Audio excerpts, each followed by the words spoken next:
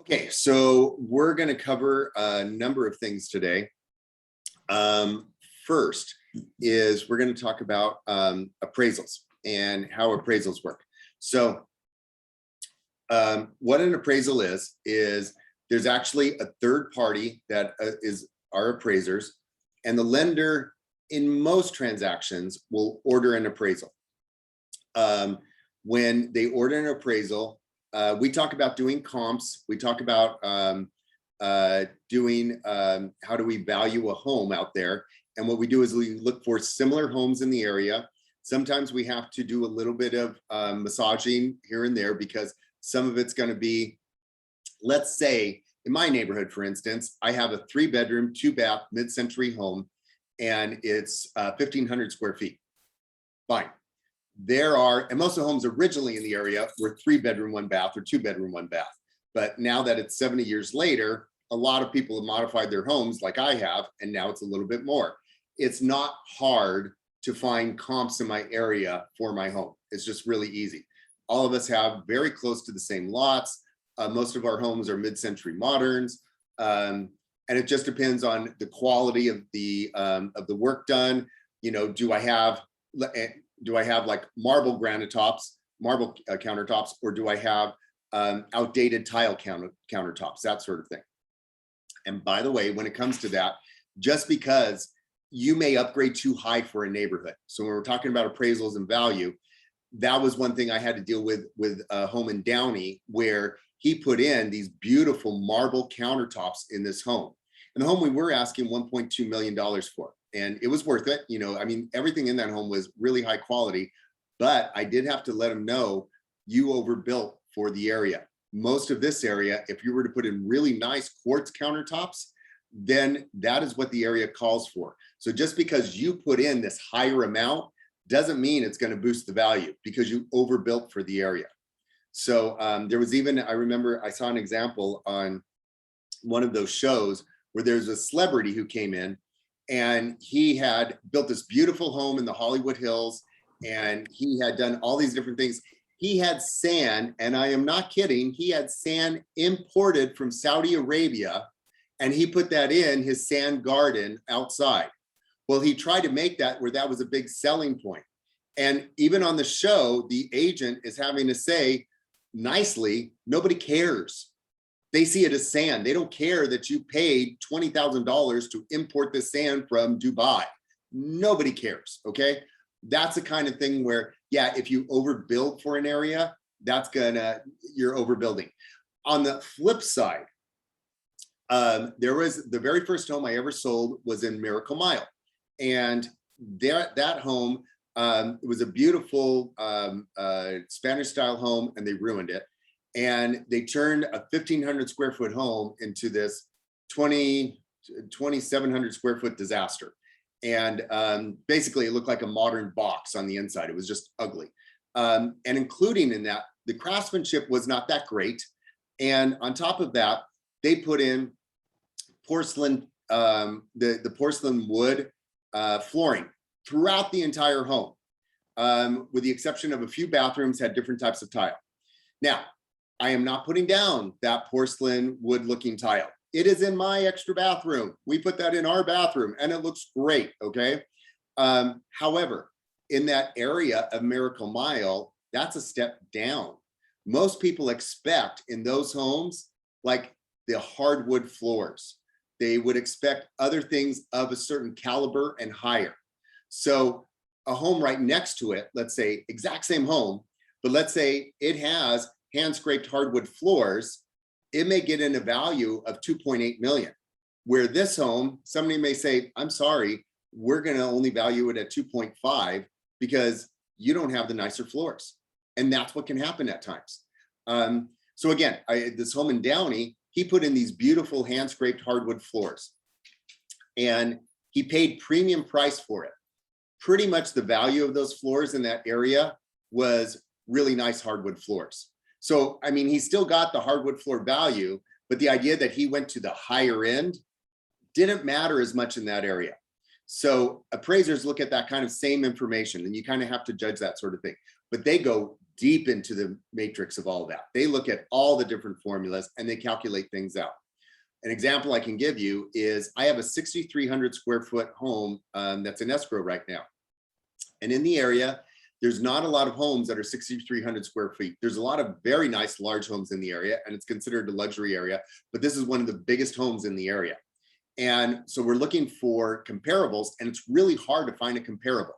So we also have a pool house that's about 700 square feet, and it's one full bath inside, half bathroom outside.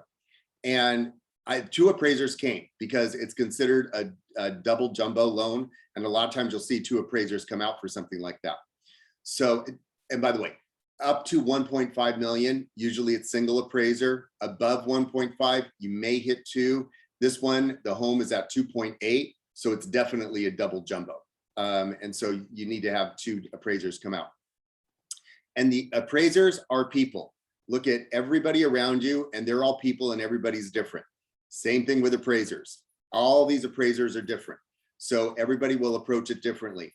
The one appraiser, if you happen to be listing the house, especially, you want to get the value that's been offered for that house. So you want to bring everything to the table that can try and prove that value. So what I did in this instance is we had the home I mentioned is in escrow at 2.8 million. We had two other offers at 2.75 million, one offer at 2.63 million, and another offer at 2.77 million. So I brought all those offers with me to show, like, look, it is at least worth this amount of money. We had these other people paying up to this amount. And it just happened to be, by the way, in a multiple offer situation that the 2.8 was the highest offer, and the other people, we never gave them the chance to match it. So that's the reason why they might have even gone higher. But we at least know the home is worth 2.77 million because that's what we got on these other offers. So the other offers speak to how much people would value that home, because a lender, they're wanting to make sure they go by the appraisal price. And I'll talk about that in a second, but they want to make sure they go by the appraisal price. So you want to bring that to the table.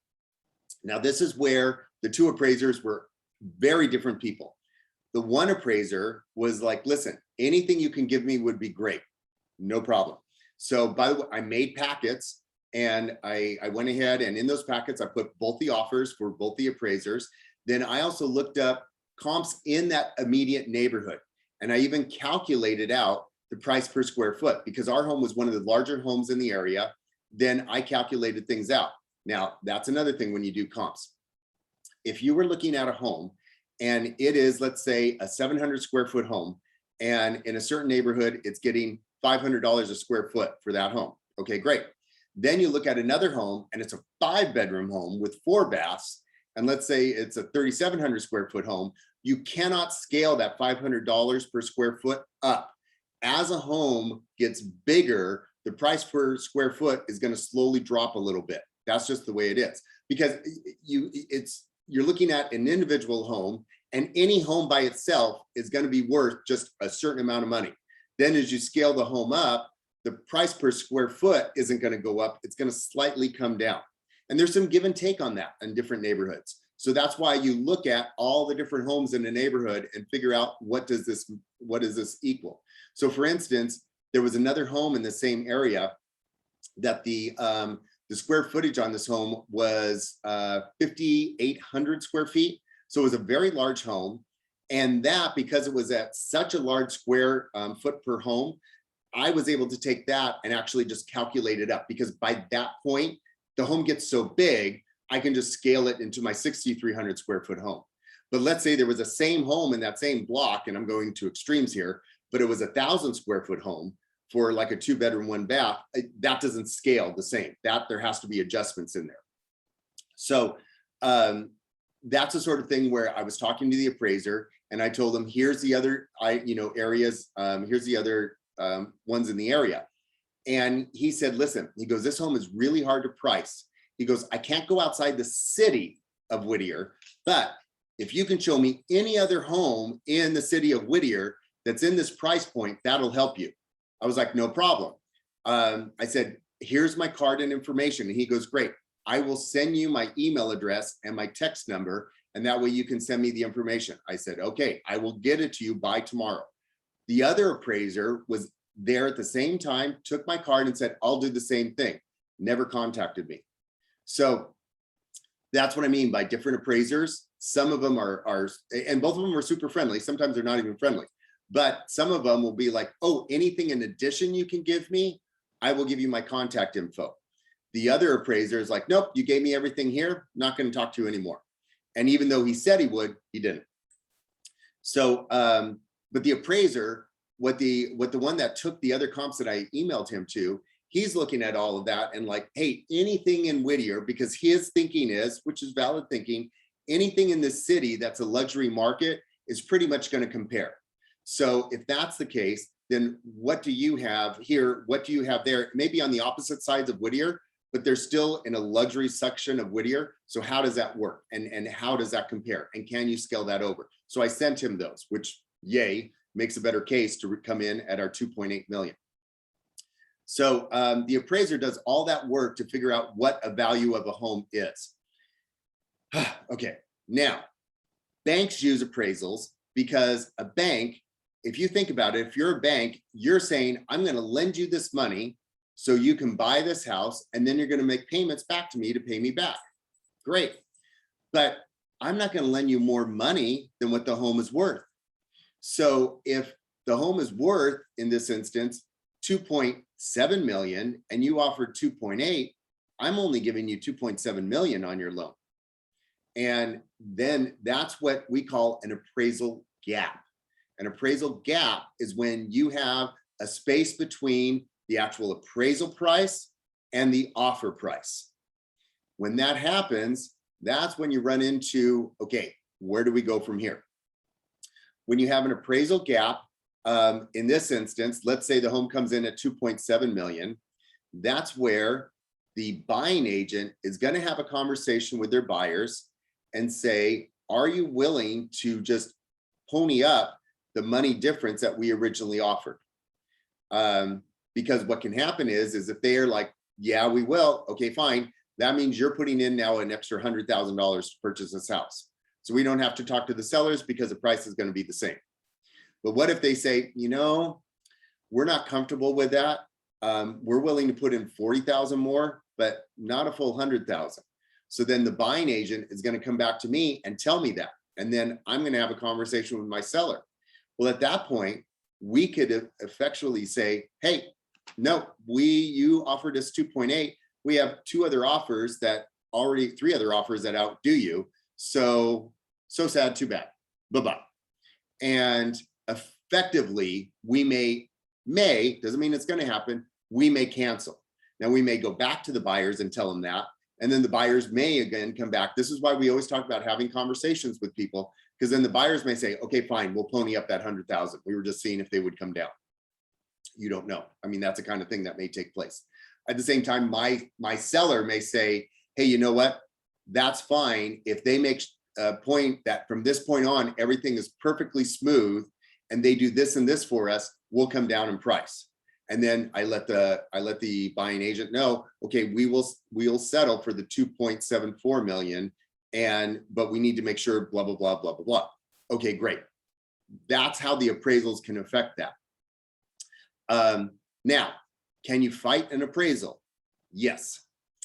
Is it easy? Good luck, sunshine, because you basically, somebody has already done all of their homework and come in and turn that information in.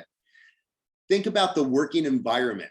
Everybody has supervisors. Everybody has people they have to answer to. Appraisers are underneath that same sort of pressure. So there's a few things that they have to make sure they do. One, if they kill too many deals, they need to justify where they killed the deal. And by killing a deal means that the appraisal probably came in really low. So therefore, the deal will probably cancel. And if that happens a lot, then they kind of get known for that. You know, it's that kind of thing like, hey, why are you killing so many deals? What's going on here? And people don't like that. You know, nobody likes that. So that's going to be one thing. Secondly, they also have to justify. What if they approve and rubber stamp everything? Yep, that's worth 1.2. Yep, that's worth 900, you know, and then it's like, well, wait, but nothing else in the area has sold for that amount.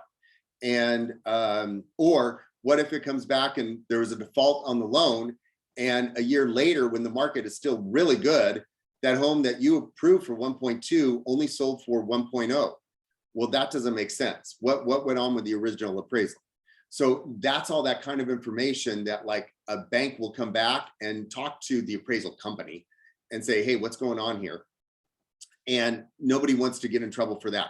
So the appraisers want to make sure that everything they're doing is going to be as close as possible to what the price could be. And a lot of them, not all, but a lot of them will try to even match that price if it's a justified price, if there's a reason to do it. But an appraisal, by law, appraiser is a third-party independent company. So in that case, the appraiser will contact me, the agent, the listing agent, usually to set up an appointment, unless there's a lockbox or something on the house. But usually they'll contact the listing agent because, again, what if I have documentation I want to bring to justify the price? By the way, as a buying agent, it doesn't hurt for you to do that either, because yes, do you want to get maybe a lesser price for your buyers? And that sounds great. But what if the appraisal comes in so low, it's going to kill the deal? Well, you don't want to do that for your buyers, and you don't want to do that for everybody involved. So it also helps you to come in and justify that. And obviously, if your buyers came in with a price that they're comfortable with and they want to continue with, then you want to help make the deal close. But the appraiser can talk to the agents, but the appraiser never talks to the lender. There's no relationship there. And the reason why is then it keeps it fair and independent. So you can't go ahead and have your lender, let's say your lender is Josue, and Josue says, oh, I want to use Alex because Alex is a great appraiser and I know him, and actually we get drinks together every once in a while. That's not allowed to happen because he doesn't know who the appraiser is. He calls the appraisal company, they order the appraisal, and then the appraisal company sends out an appraiser. So they keep it that way so it keeps it fair. So there's no way of rigging the system. There's no bias. There's nothing like that that's going on. But you can, as I said, appeal one of those appraisals. You can also, if it comes to an appraisal you don't like, can you order a second appraisal? Yes. A lender has the freedom to do so. As just, let's say you're paying cash for a home, but let's say your buyer is stating, okay, I have no problem paying cash for the home and I'll pay 1.5 million for that home if it is worth 1.5 million or close to it. And so how do you do that? Well, then you contact, as the buying agent, an appraisal company, and you order an appraisal, and then you go ahead and you get that appraisal. And it's only for your buyer's sake. It's not going to a lender because they're paying cash for the home, but that's how you can do it a third way. Now, what throws a wrench in all of this? FHA loans.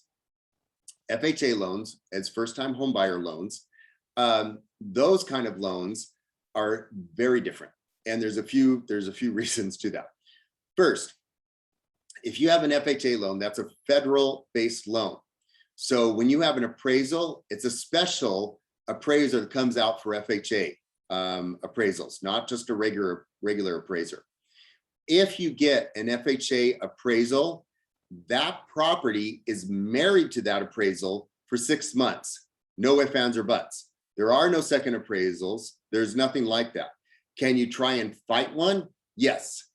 Can you win it? Oh, good luck, sunshine. Because I've actually had an FHA that I tried to fight and we couldn't win. And it killed the deal with that particular buyer. And we went with the backup buyer. It ended up, we actually did better that way, but the FHA buyer had a harder time because they would only be allowed to go so high on that house, and then they'd have to make up the difference. Usually, if you're an FHA buyer, that means you're in that program because your income and your savings is lower. So therefore, you kind of need some of that extra assistance so you can get into a home, which usually means they can only afford the loan. They don't have the extra money to bring up the gap. So I'm not saying always, there's always exceptions, but usually that's the case. So it makes it more of a challenge for an FHA buyer if you get a low appraisal. Now, like I said, that appraisal is married to that home. So if you were to have another FHA buyer come in because that first deal is canceled and they come in, there's no need to order another appraisal because guess what? It was done before and you already know what the home is going to be worth. So then, yeah, you're stuck with that FHA appraisal. And if somebody wanted to dig it up, that appraisal is also public knowledge.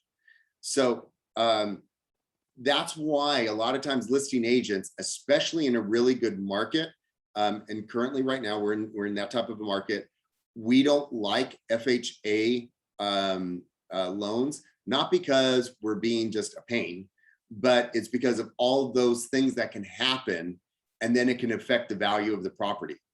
Whereas if I were getting two exact offers and one was 610,000 FHA, one was 610,000, but it's 10% down regular conventional, I would lean, if everything else is the same, I would lean towards that 610 that's conventional, because I know it's going to be an easier one to deal with. And I know if we get an appraisal, we have a better time of working with that as opposed to the FHA appraisal. The other thing too is that when you have a conventional loan, so that's a conventional just means standard, so that could be anything that's not FHA or VA. Those type of loans, when they do appraisals, they only do appraisals. They come, they look at the house, what is it worth? Oh, have you put in any upgrades? Have you done any remodeling? That sort of thing. Again, like I said, they would look at, oh, did you remodel the kitchen in your 1952 home?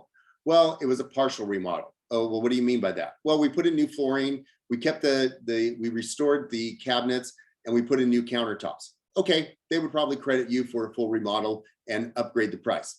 But if you were to say, well, you know, we replaced the linoleum flooring with more linoleum flooring, they're probably like, no, that really doesn't count. And so we're going to kind of devalue the price. But they'll come in and they'll do that. If they do an on-site appraisal, there's a lot of appraisals out there too that are called desktop appraisals. And that's where the appraiser only looks at all the information that is available online to them and in the databases. And sometimes they call the listing agent and ask them questions. And then they do the appraisal that way. They never go out to the property. Case in point, I had a property in Huntington Beach, and the property, there was a person who passed away in the home, and the person was a hoarder. And I mean, hoarder. And so the home had to be cleaned out. And it was a conventional loan on the home. And so the appraiser wanted to do a desktop appraisal because in this particular neighborhood, it was built in 78. And all of those homes were built exactly the same. I mean, literally, they all had the same layout. That's the way, that was the style back then. And everybody had the same size lot. So everything is cookie cutter in that neighborhood. And so the appraiser decided he wasn't going to come out to the home and look at it. He only went based on what I had described were upgrades and things done to the home. He called me up. He said, I noticed that it's got brand new hardwood floors. What type of floors? I said, they're oak and they go throughout the entire house except for the 3 bedrooms and the bathrooms. Okay, no problem. What about the bathrooms? Well, the one bathroom has been totally remodeled and upgraded.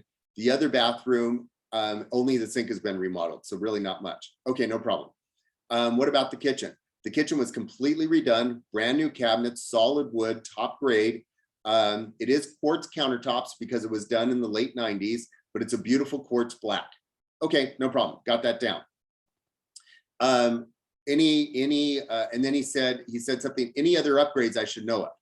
And all you have to do is divulge what they asked. So I said, the only other thing was that all the windows have been replaced and they're all double paned, and the same thing with the doors.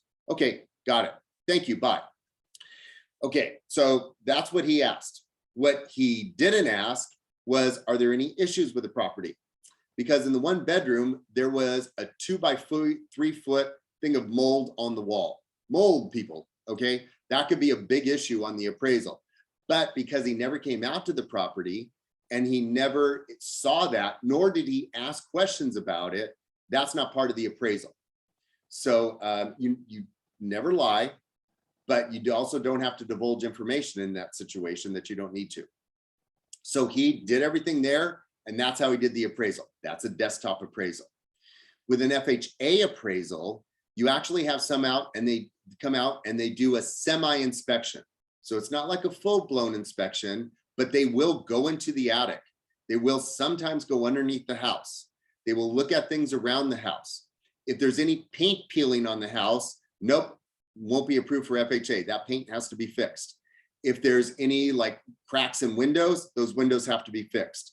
It has to be considered a turnkey house. Not perfect, not everything upgraded, but it has to be considered a turnkey house for an FHA or VA loan. VA loans are very close to FHA loans in all the requirements, by the way. So there's not a big difference. And a lender has to be approved to work on an FHA loan, a VA loan, because not everybody works with VA loans. VA loans are for veterans and they're guaranteed to a veteran, but the percent that they're paying isn't guaranteed to them. So still a lender will run all of their credit info and then adjust the interest accordingly. But if they are a veteran, they're guaranteed that loan. And by the way, conventional loans, you can have a conventional loan and a month later do another conventional loan and another conventional loan. You know, if you got the money to do it, you can keep doing it. FHA and VA, because they're programs, you're only allowed to do them in certain cycles.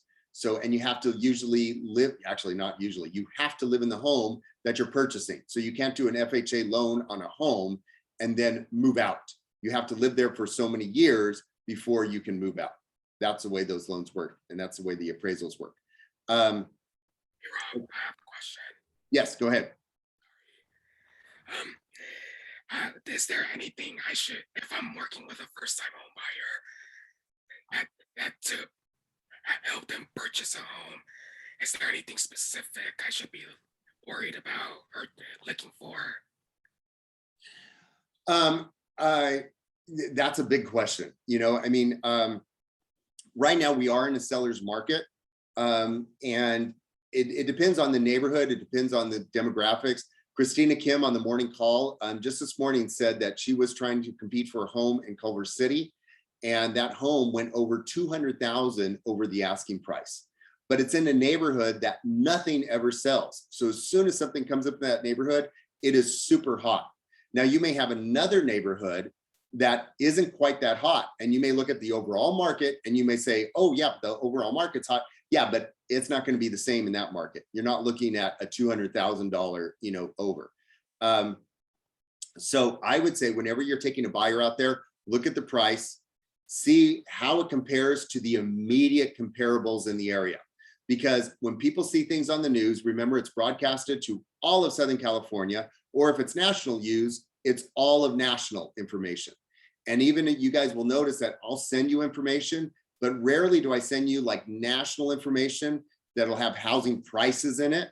It may have overall increases, and that's okay, but I won't send you overall prices because right now the average price of a home in America is about $390,000. Well, good luck in California. You're lucky to get a one-bedroom condo in some corner. So not going to happen. So that's why I look at the immediate demographics, and then you even go smaller and you look at that. The only time you have to really start spreading out is if there's nothing else out there that compares, then you kind of have to spread out and then do some adjustments. But that home I just mentioned in Downey, like we were behind a shopping center called Stonewood, and it's considered a really nice neighborhood, okay? But you go across the street and you have another neighborhood that's right across the street on Florence, that technically is a bump up. So that neighborhood would be valued a little bit higher just by crossing the street. So the price per square foot would be a little bit higher. So when you're looking at everything, and I had some people very knowledgeable when they came in, they said, well, how much is the price per square foot on this home? And I would tell them, you know, it's so much. And they're like, oh, wow, that's pretty close to what's across on Florence.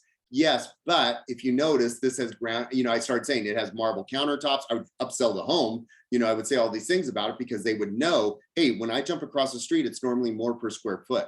Now, the funny thing is, once you jump one more across the street, across Firestone, it drops. So it's literally just that one pocket that's a little bit higher. So even when you do, like, you'll see when you're doing what's called the CMAs, you know, if you're on CMA Cloud, or if you're doing it in the MLS and you look at the maps, it's so easy to drop a pin and do the circle. But it really takes a little bit more skill to, there's the home, and then you go along the neighborhood streets that actually divide that neighborhood up, because that'll make a big difference. In Whittier itself, it's known that if you start in the hills and you're at one price point, you cross Mar Vista, you're at another price point. Then you cross La Corda, you're at another price point. Then you cross Whittier, another one. Then you cross Lambert, another one. And then you cross Slauson, and that's another one. And every one goes down.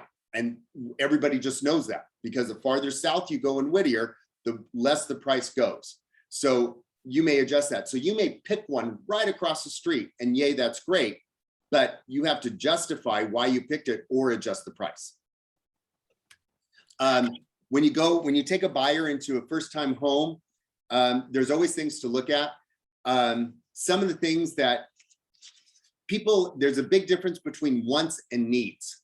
So, you know, when one of my former cars, I used to have an Acura, and my fiance Jamal loved the idea that I had heated seats in that Acura, and he would just turn them on for fun. It's like, oh, we have heated seats, you know? And so, yeah, it was fun and that kind of thing. I haven't had heated seats in my car since, and we don't really miss them. That was a fun, you know, want, but it wasn't a need. We now drive an SUV, and that was more of a need, and that's what we got. You know, it fit in real estate. It really fit with me hauling all the crap for staging homes and open houses and the dogs. It just fits us so much better. So that's why we went with an SUV. That was a need. So when you take a buyer into a home, you ask them ahead of time, and it's better to set the stage ahead of time on what their needs versus wants are, and even have them write it down. Like, what are your needs versus wants? Let's just talk about a few of these things. And you can take notes, you know, they don't have to write it down. You can just interview them. And, you know, a lot of times they appreciate that. Okay, so your need is, you need at least 3 bedrooms. Yes, we would love to have 5 bedrooms, but we need at least 3. So that lets you know. Okay, if it's a 4-bedroom home, that still falls in that category, and it's still pretty close to what they want, but it doesn't have to be a 5-bedroom home.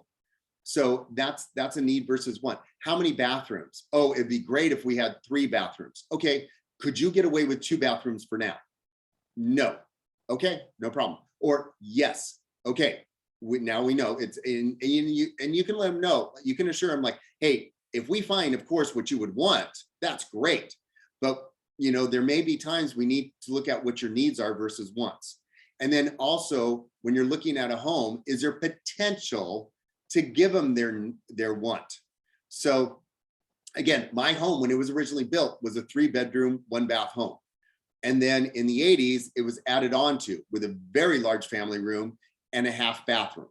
And so it's like, okay, great. So technically I had a 1.5 bath home.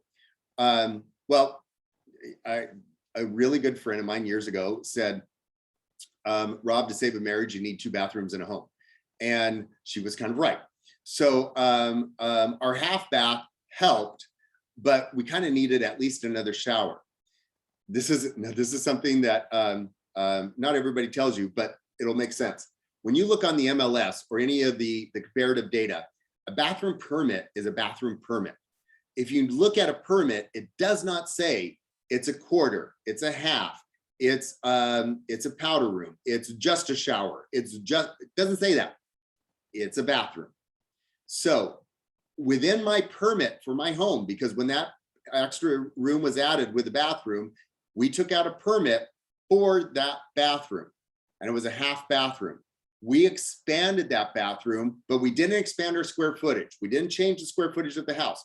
We actually just expanded it in the family room. We made it where it still looks like it was built to be there. Nothing looks awkward. It's not one of those things, but we expanded it out. And then when we expanded it out, we remodeled the whole thing. We put in a shower stall, and then we still have the sink and the toilet. So now we have a 3/4, and we're within our permit. But if you would have looked it up, like back in 1986, before any of that work was done, when you do a search on the MLS, it would show 2 bathrooms, even though it was a half bath. If you do a search now, it show 2 bathrooms. even though now it's a 3/4, because the permit's a permit. So that's why sometimes when you look at an MLS description and it'll say, oh, especially townhomes, you see this a lot. It'll say 2.5 bathrooms. Yeah, but on the MLS it says 3. Well, yeah, because they have a powder room, they have a half bathroom on the bottom floor, and that's for all the guests to use or just for convenience. But on the permits, it shows it as 3. So sometimes when the information's pulled, it's actually, that's what it shows, it's 3. But that's when you look at the wants versus the needs or the potential. So what got me on that bunny trail was my home was originally a 3-bedroom, 1 bath. Could we change that? Yes. Okay. Is that something you're open to doing later? If so, yes. Okay, great. Then that's an option for you, sort of thing. But that's one of the big things, the wants versus needs. I've had several buyers that we've talked about those sort of things. And, for them, there was certain non-negotiables. They had a 2-year-old boy who was very active and they plan on having another kid. We can't be on a busy street.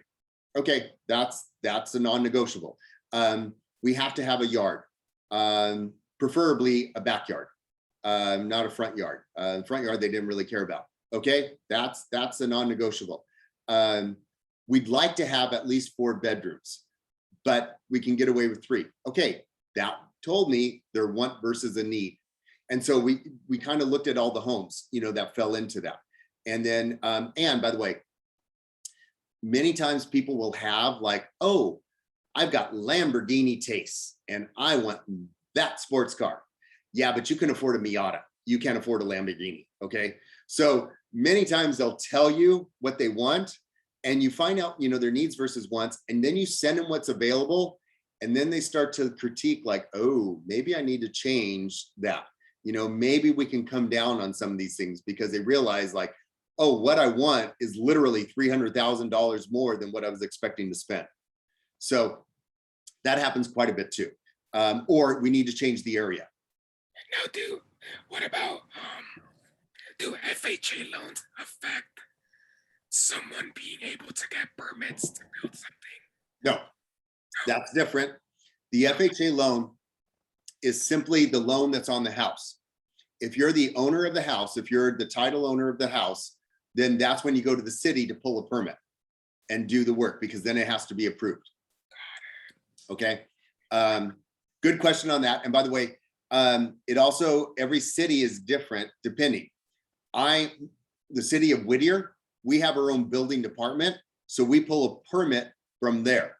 If you were to go to any of the neighboring cities like Downey, which is its own city, Pico Rivera, which is its own city, Santa Fe Springs, all of them have their own city hall and their own building department, and you pull a permit there. If you were to go to LA, then it's through LA. Well, what if it's like, yeah, but we're in Highland Park, it's still LA. Oh, okay. Well, what if we're, in Miracle Mile, it's still LA. And then now, what if we're in Malibu? No, Malibu, it's its own city. So they have their own department. I've actually pulled permits there for people. So that's how I know that one. So it depends, you have to find out for the area. Got it. Okay, so any more questions on appraisals? Yeah. I have a question. So if there are multiple appraisals, do the lenders usually look at all of them, or you can choose which one? And usually, like I said, there's usually only the time you'll come across multiples is if there's a jumbo loan. And then that's when you have 2 appraisers on that. Usually it's just one appraiser that looks at it. Now, if you're not happy with that appraisal, if you think something's wrong, you can request a second one. But good question there, Eric, because who pays for that second appraisal? The first appraisal, if it's a cash loan, by the way, or if it's a cash deal, then the buyer is going to be paying for that appraisal usually. But if it's a loan, the lender pays for the appraisal. Well, what if you as the buyer are not happy about that? Well, that means that you're going to have to pay for that second appraisal if you want that to be considered, because the lender usually isn't going to pay for a second appraisal unless you work something out with them. And I was in a situation where there was a multi-unit in Long Beach, and the one of the units was non-cooperative when it came to the appraisal inspector looking at the place. So we had to have him come back the next day.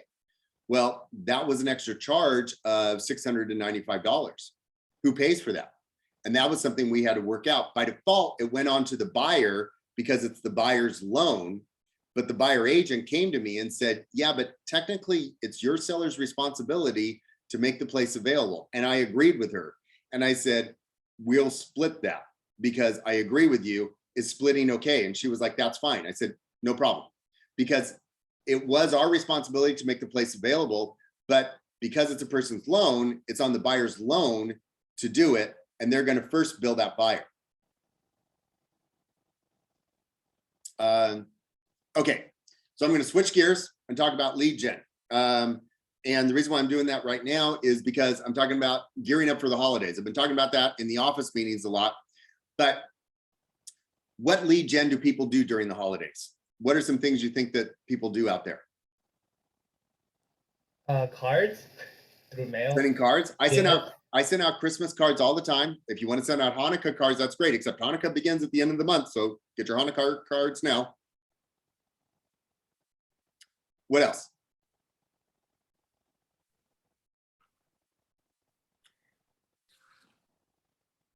Okay. I'm going to show you a few things and I'm going to show you something else too.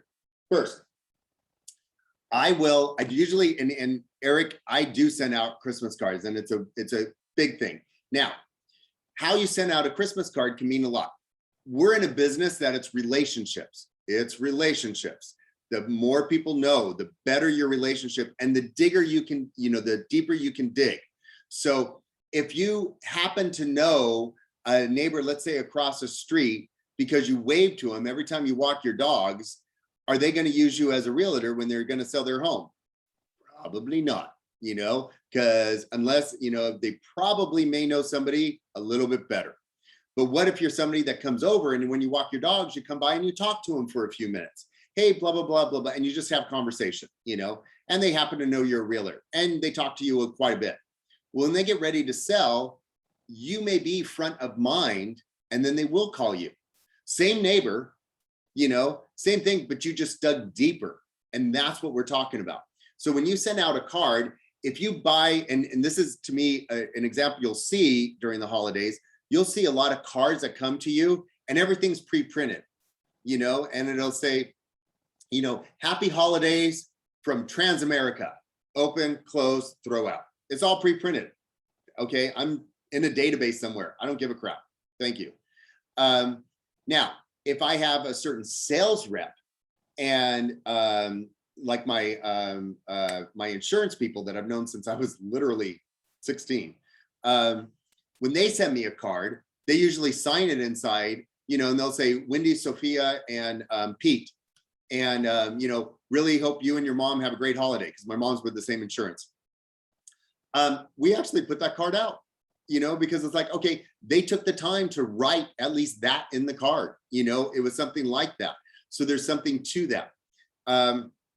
Now, I do send out about 120, or maybe now it's up to 150 Christmas cards that I'll write inside. So I do labels on the outside. I admit, I do that. But during Christmas is one of those times, or in the holidays, is one of those times you can get away with that because people kind of expect that. But even then, I make my labels like personalized. I'll usually put like a little Snoopy on it or a little something right next to their name or my name. So it kind of personalizes it. So, hey, it is a Christmas card, or it is a holiday card, or it is, a Thanksgiving Day card or whatever. And it kind of communicates like, oh, this isn't junk mail sort of thing. Another thing is do not buy the bulk stamps in the American flags, because those stamps are very similar to the ones that all the people use in bulk email or bulk mailing.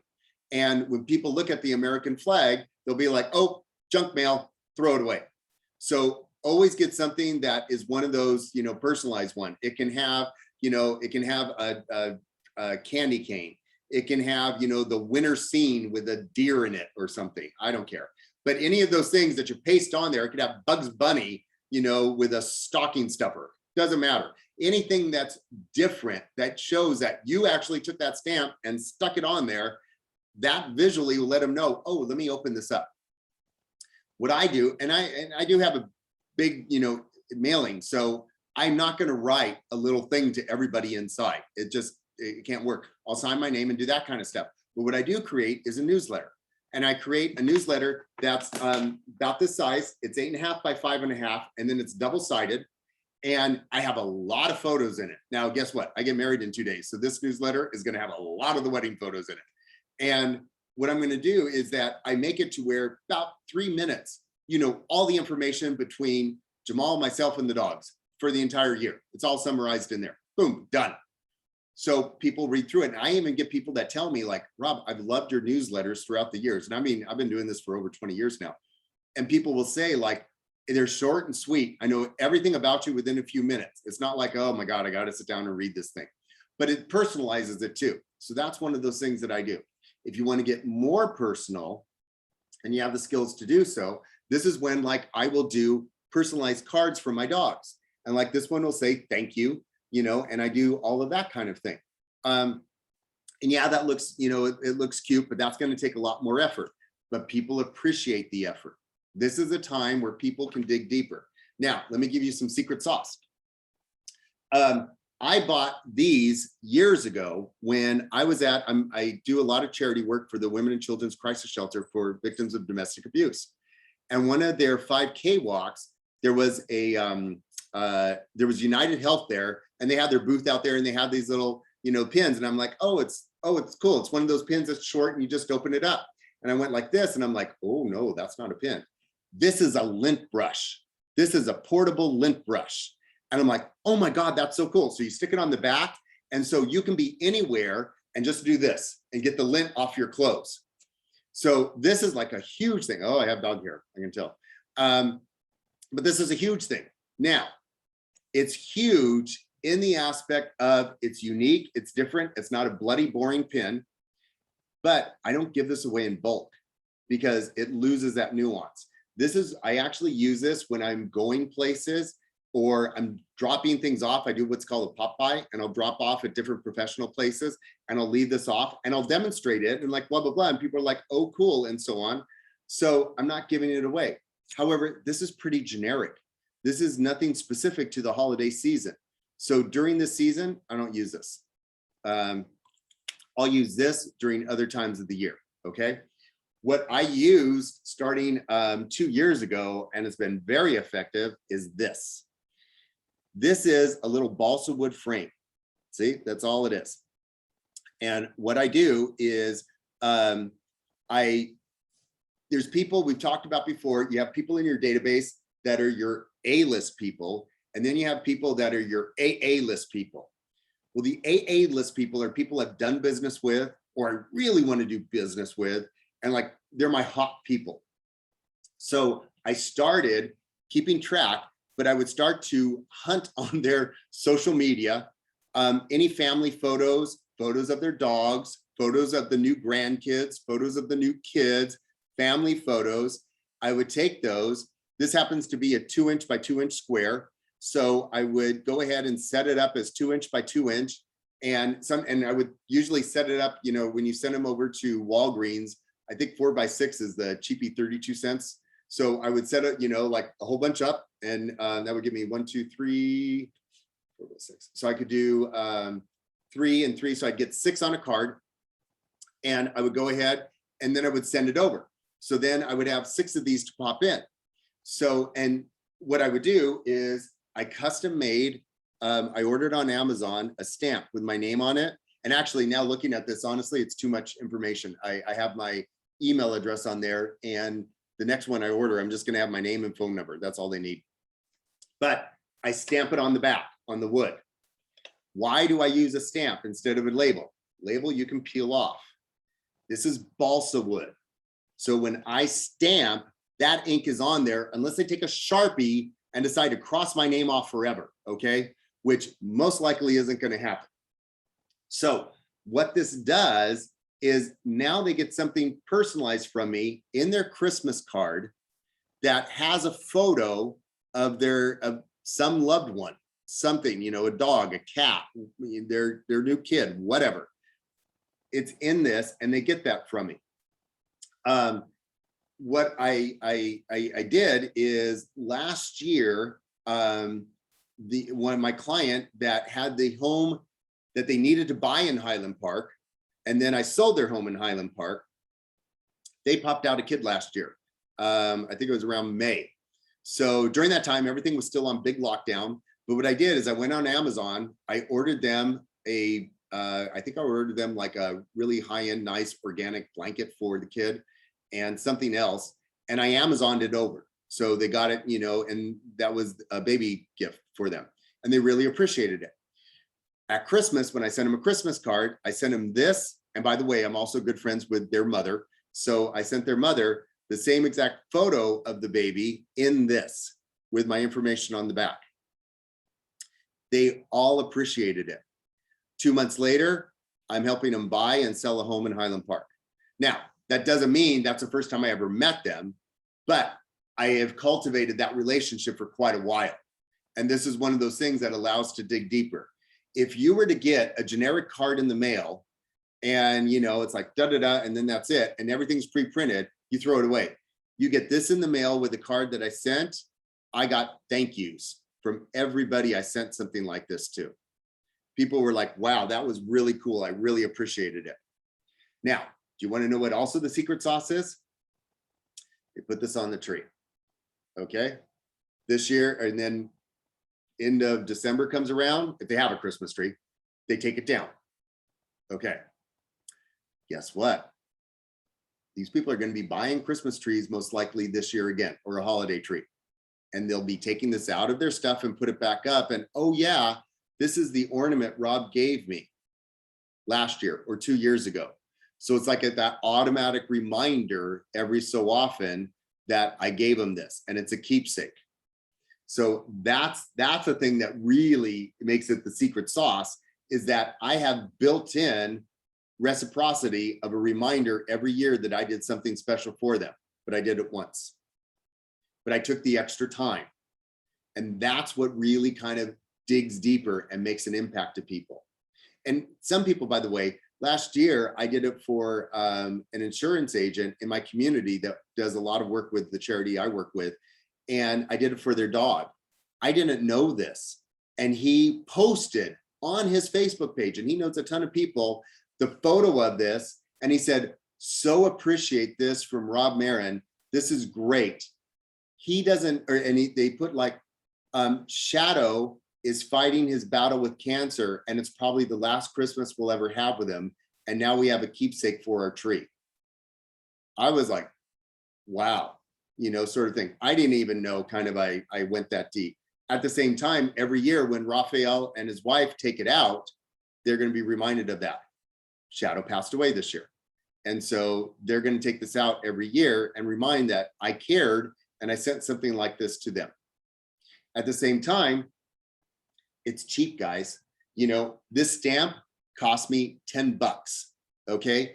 These things, you buy them they come in a package usually of 10, and they cost anywhere from $15 to $20. And that's what it is. So you break that down, and it's costing you, you know, what, a little bit over $1. And by the way, the stamp, you keep stamping. So that's going to last for a long time. But, you know, you break it down, and you've just really dug deeper on a lot of people out there that you know. And this is what really can make the difference.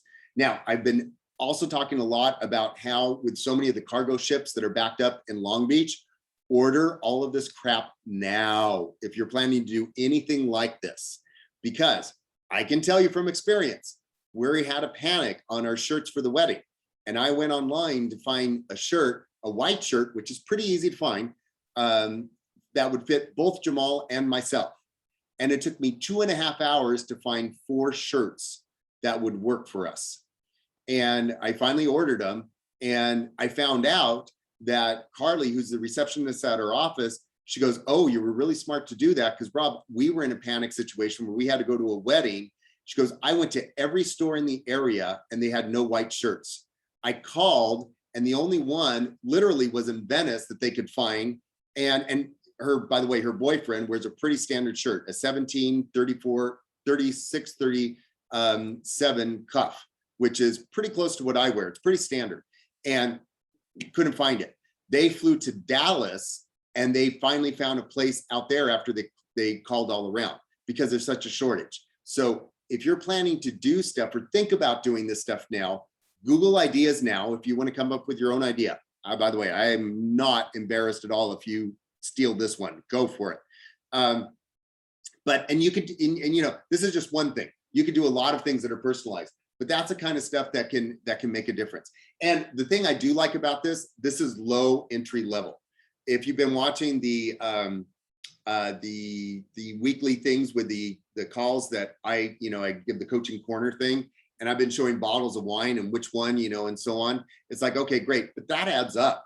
You know, the bottles of wine I buy for my AAA. I mean, you know, it's like, those are my really, really clients that I'm really, you know, hold high esteem to. But this, I can bump down to almost all of my A clients if I want.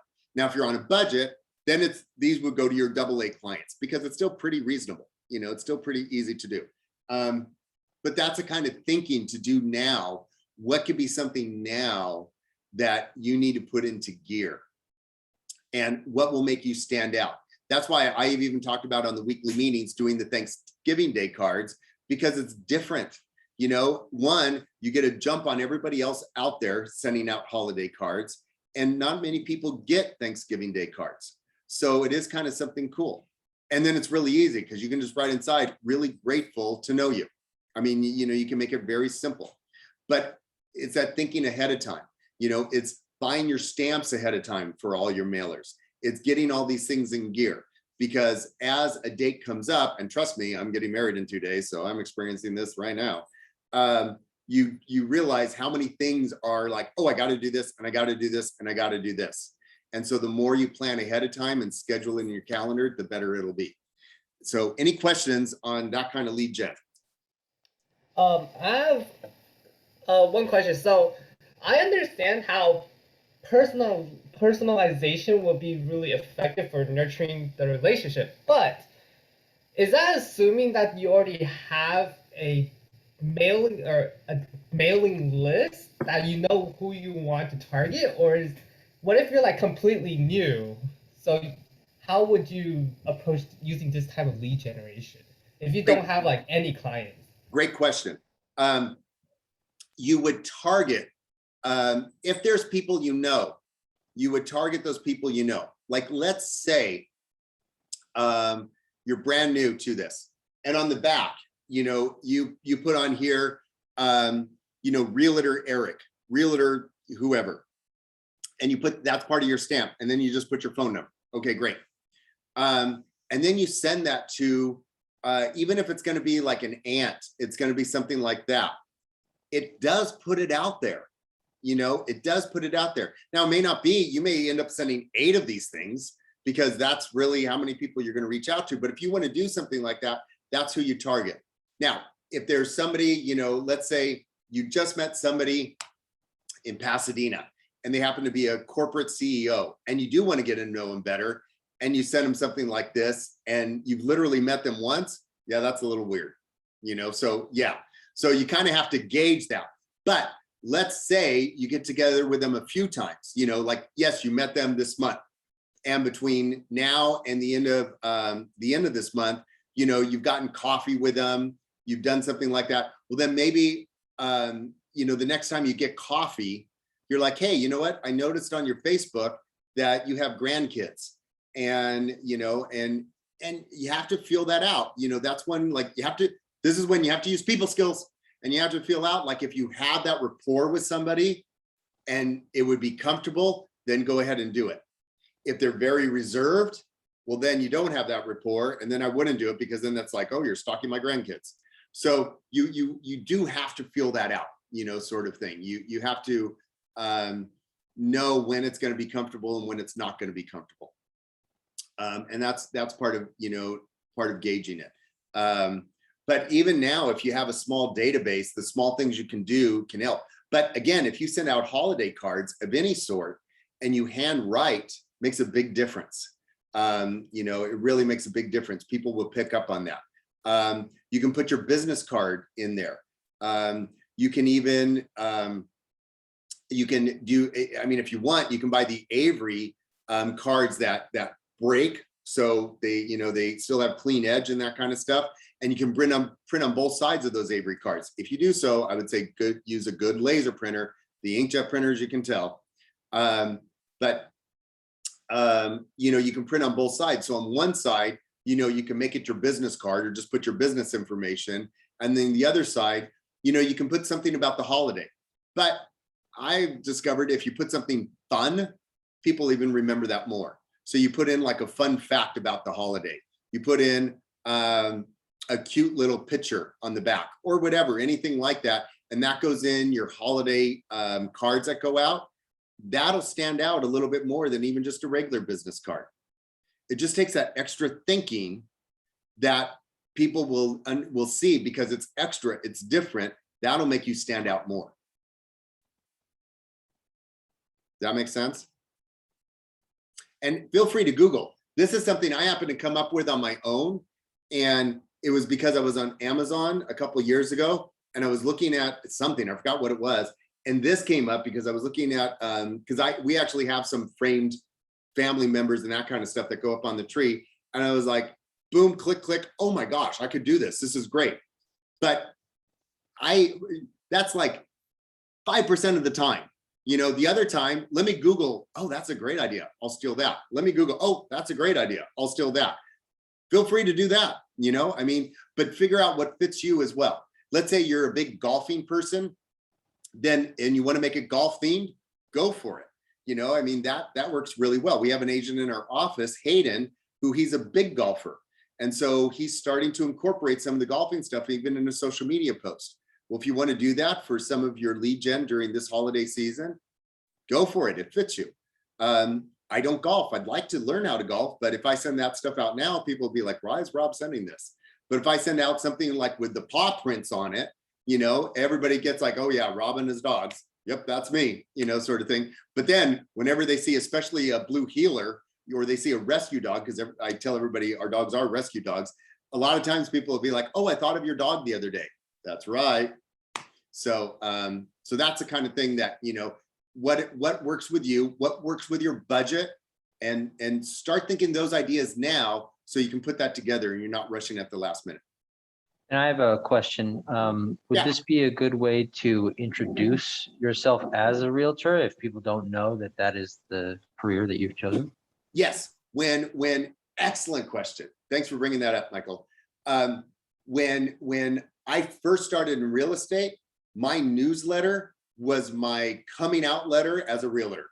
You know, my Christmas newsletter. I got my license in February, and I pretty much told a lot of people, but I wasn't. I was at a terrible brokerage, so I didn't have the understanding of really how to tell people. And I did like the following Christmas that year, I sent out all my Christmas cards. That was right in my newsletter. And normally too, like my personal email address, everybody knew me as, was heythererob@mac.com. All of that changed. Nope, it had now it's all my professional, rob@robmarinrealty.com. On the outside, I think I even put robmarinrealty.com. You know, it's like I did something where everybody knew in that Christmas card that came out, bingo, Rob's a realtor. And that is a great way, especially for new agents. Really good question. Thanks. Sure. Any others? I know we went a little bit over, but I can talk. I'm on caffeine. I guess another question I would have is there any effective or good ways to generate leads, at least during the holidays, if you want to get outside of your sphere of influence?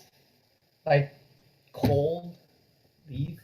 The cold call, if you want to do that, and you can Google this, I'm going to try and send some of those out. That's a really good question, Eric.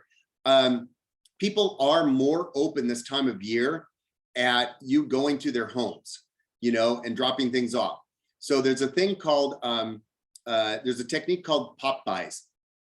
And you can do a pop buy in a number of ways. One pop buy is you know someone and you actually go to their home. And again, you're deepening that relationship. But another way is, what if you wanted to door knock a neighborhood? Well, the pop buy, you can easily make it where, and I have it on my to-do list to send to everybody. So hopefully you should get that in the next few days in between me doing last minute wedding things. but it'll have like all of those, you know, the peppermint candies that people hand out during the holiday season. Okay, that'll have that on the front. And then it'll say how sweet it is to know you, something like that. And then on, you know, and then it has something real estate on the back. It can have something real estate too, or on the back, you can even have something else, you know, 'tis the season to be your realtor, whatever, you know, something like that. Then what you do is when you door knock, you have a stack of these because they're small. They're only like, I think they're like 4 inches by 3 inches, you know, so there's a number that come on a sheet, you literally cut it and you get a stack of these, you know, you print out a number of them and you stack them. Wow, where can I print these? Go to the office, take the PDF and do it there. Put the PDF in your Dropbox, put it on a flash drive, go to Staples. Don't care, figure it out. But there's printing out there that you can do this for, okay? In fact, if you go to Staples or the office, they also have the paper cutters where you can cut it too and it looks pro. Then what you do is you can go ahead and you go to Dollar Tree if you have to. You go to Walmart, you go to, again, I think on a budget here. Yes, I'm selling $2.8 million home, so I can go high end, but I also understand what it was like when I started.